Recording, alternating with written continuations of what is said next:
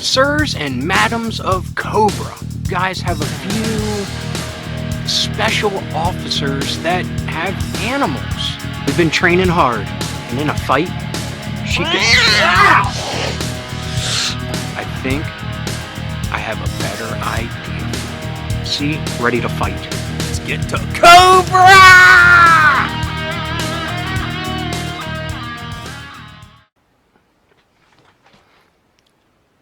Hi, sirs and madams of G.I. Joe.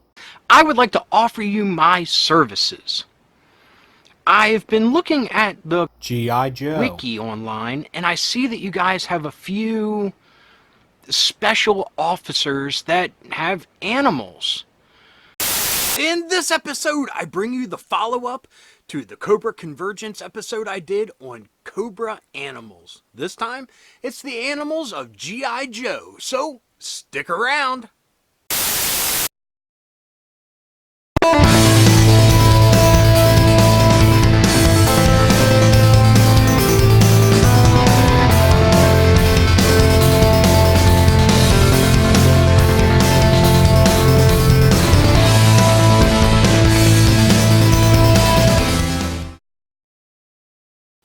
Hello friends, and welcome to Days of Dorker Past. My name's Rob, and in this episode we're going to talk about the animal companions of the G.I. Joe forces. Now, to be honest, something I discovered in the Cobra edition of this list was that a lot of these animal companions, pets, friends, beasts of burden were just a selling point for the toys. They didn't have a lot of background, and a lot of them didn't really make or break the characters. So, let's see how Joe fares compared to Cobra. In the G.I. Joe toy line, G.I. Joe was the first to get animals.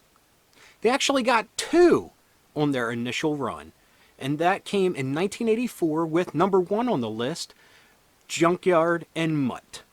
As a kid, I always thought it was so hilarious that the dude's name was Mutt and the dog's name was Junkyard. A dude named Mutt. Go figure. With the first animal released in the line, they really knocked it out of the park with Junkyard and Mutt. And of course, I say Junkyard first because this is all about the animals. A New Jersey native, Mutt's primary military specialty is dog handling. Graduating from jungle warfare training and special ops, Mutt became an advisor to the security force of the U.S. Army. Through that, he became a canine specialist for G.I. Joe. Being characterized as someone that animals just love, Mutt trained dogs his entire childhood. Junkyard was actually one of Mutt's pups from childhood that he trained and accompanied him into the Army. A lot of people say that Junkyard is more well-liked because he's a lot nicer than Mutt. When Mutt finally retired, he was replaced by one of the pups that he sired and was named Junkyard 2. Anyway, the Mutt figure is just plain awesome, and Junkyard was great. A solid mold with just a little bit of airbrushing on the chest of brown to break up the black color. In the comic series and the cartoon, Mutt and Junkyard were starring characters. There were even a few appearances of Junkyard and Mutt on the covers of the Marvel comic. Just to cement the popularity of these characters, they actually appeared in one of the follow-up morality tales of the famous G.I. Joe PSAs.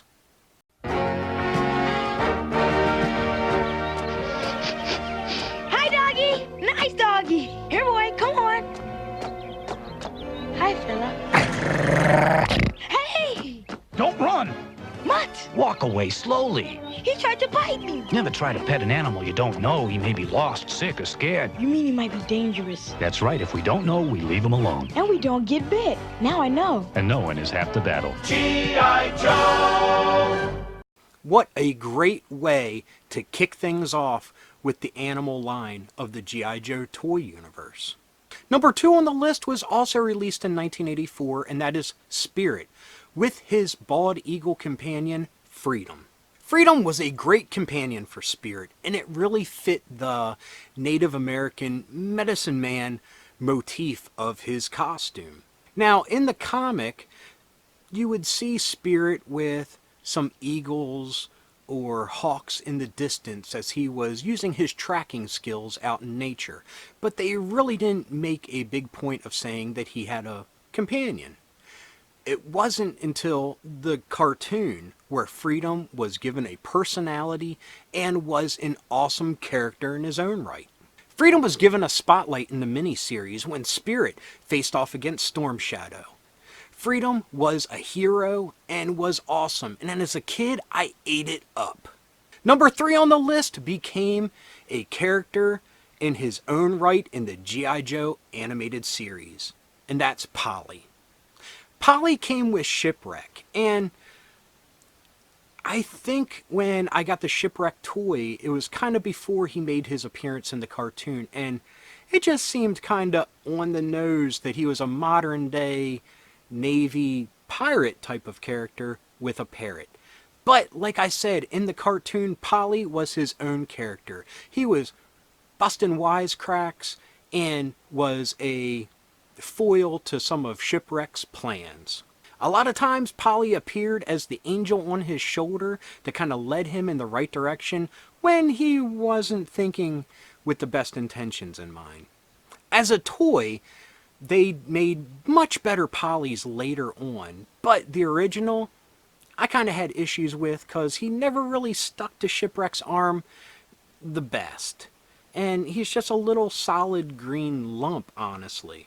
But like I said, after you saw the cartoon, you loved that little green lump of plastic. It became as much as a character as the rest of your Joe forces. Number 4 on the list was also released in 1985, and that is Snake Eyes. Snake Eyes came with Timber.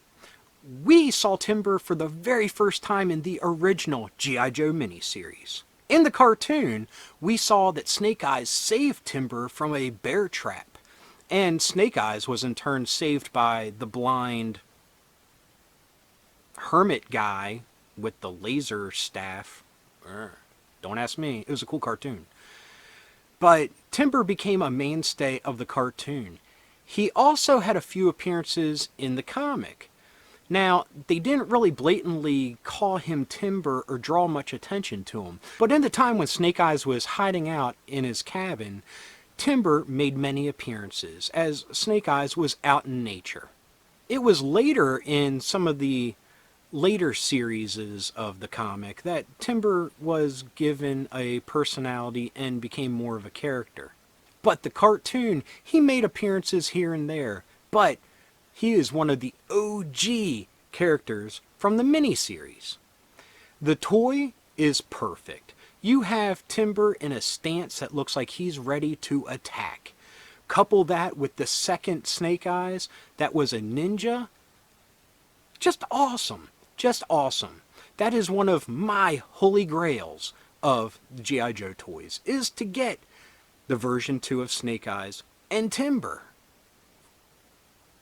I never got it as a kid, and one day, just one day, I'll be able to have him in my grasp. Number 5 on the list is Law and Order. Law and Order always seemed like the squeaky clean version of Mutt and Junkyard. You had Law that was in more of an official MP type of uniform compared to Mutt's more just awesomely designed suit. Now, don't get me wrong, I love Law and Order. They came at a time when it seemed like G.I. Joe toy line was kicking into a new generation. Add quotations to that. Because, like in the comic, Law and Order were teamed up with Falcon, Chuckles, and Fast Draw, which were 4 of my favorite characters, and they put them all together because they were introduced to the whole G.I. Joe universe at the same time. Kind of having a similar and, like I said, clean-cut background, Law, again, has a natural affinity with animals and trained dogs. He joined the army with Order, which is an awesome German Shepherd toy. Just awesome. Great paint job, great sculpt, just a solid animal companion for G.I. Joe. Like I said, Law and Order had some appearances in the comic, and they were part of a bigger narrative that introduced a lot of the new generation of Joe figures that I mentioned. Now, it's not an official new generation, that's just how I felt when things started to go a little bit more fanciful to a degree, a little bit more colorful. But like I said, that's just my opinion. Anyway, he made his appearances in the comic, and he also had an appearance in the G.I. Joe movie. Other than that, there wasn't very much of Law and Order. But they were always in my first wave of toys that I brought out when I played G.I. Joe as a kid. And when I say kid, I was 11 at the time. Hey, nothing wrong with that. Now, number 6 on the list is Spearhead and Max. Now, Spearhead was a corporal in the U.S. Army, and he was a point man, if you will, for G.I. Joe. Kinda taking a page out of Raptor, he also had a hand in finance. Anyway, Spearhead and Max really didn't get much play. Now, Max is his bobcat pet. He's a fierce, mad, well-trained bobcat, and in Spearhead's pretty much only comic book appearance, he makes a cameo. He doesn't really do that much, but it's still cool to see a dude with a pet bobcat. I wish I had a pet bobcat. That Joker Spearhead, these two cats equal one of Max. I mean, that's a bobcat. It's just a big cat. Anyway, the figure of Spearhead came with some great accessories, as I talk about in a past episode. But one of the neat facts about Spearhead was that he was one of the very first Joes that were created, but he wasn't released until many years later. I doubt the first version of him that was created came with a bobcat, but I'm glad they held off so we could get Max. Next is the Las Vegas native Dusty. First released in 1985, Dusty was just an infantryman that had a specialty in desert warfare. Awesome figure that had cloth embellishment to his helmet. Anyway, we're not here to talk about his original release, we're talking about his second release. The second release of Dusty was based more on the Desert Storm type of fatigues that, unfortunately, the war that was happening at the time of his release. He came packaged with a coyote named Sandstorm. Dusty was a fan favorite from the cartoon and the comic books. His original run with his first version ran on the Sunbow G.I. Joe cartoon. But in the Deke version of the show, he appeared in his second costume with Sandstorm. Unfortunately, Sandstorm looked more like Timber than he did a coyote, but it's still cool that he made an appearance in the cartoon. Huh? Hey, good to see you, Sandstorm. Sarge, you're okay!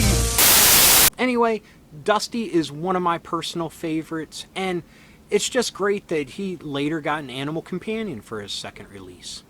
Now, number 8 on the list, and the final entrant, is another second version of an original character, and that is Deep Six.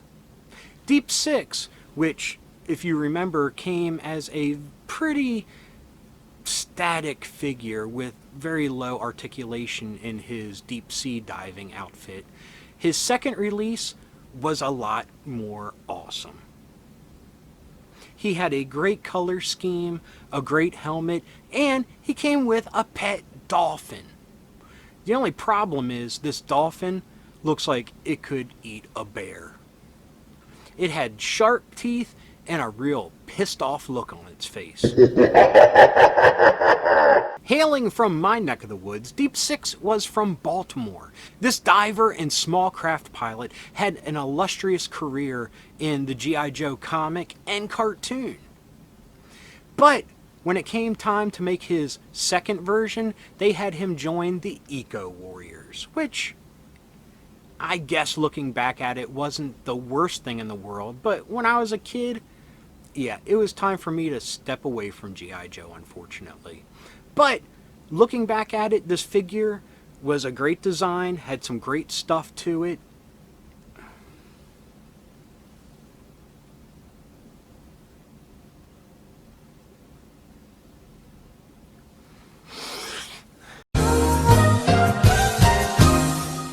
Now, I have to apologize. When I was saying that he had a great costume and great accessories and the dolphin, I was thinking about the second version of Deep Six. But no. What I'm talking about today is the third version of Deep Six, which was part of the Eco Warriors. Hailing from my part of the world, Deep Six is from Baltimore, and he was a diver and small craft pilot for G.I. Joe. When we finally get to his third version in 1992, he was coupled with his companion dolphin, Finback. And like I said, this looked like a dolphin with some attitude. By the time 1992 rolled around, Deep Six wasn't getting as much play or respect as he did at the beginning of the G.I. Joe cartoon and comic book series. It's kind of sad, but I mean, when you're dressed in day glow, you can only go down. I say that now, but yeah, I'd wear some day glow today, but that's a little different. Anyway, like I said, with the Cobra list, that's part of Cobra Convergence 4, so watch as many episodes as you can from all the great creators out there. There were only 8 G.I. Joe figures released with an animal companion. Just like Cobra, there were 8. I don't know if it was intentional that they had to balance it by having the same number, or if that was just dumb luck. Either way, animal companions were a great way to sell the toy. And with a lot of the Cobra entrants on the lists, they were just made to sell the toys. They really didn't have a background, but the one thing G.I. Joe had that Cobra didn't, their pets had names, or companions had names. We had, Max and Junkyard and Order. When you get to the Cobra list, they're just Wild Boar and Barracuda and Manta Ray. So it was awesome that they at least took the effort to name all of these animal companions and somewhat give them a personality with their masters, friends, whatever you want to call their human companions. Anyway, this has just been a bookend to the original episode of the Cobra animals. So, if you enjoyed what you saw, please give me a thumbs up. If you got something to say, please leave a comment. I love reading them and I love getting back to you all. And if you're new around here, hit the subscribe and hit that little bell if you want to be notified whenever a new episode drops. And until next time, keep being rad and stay dorky.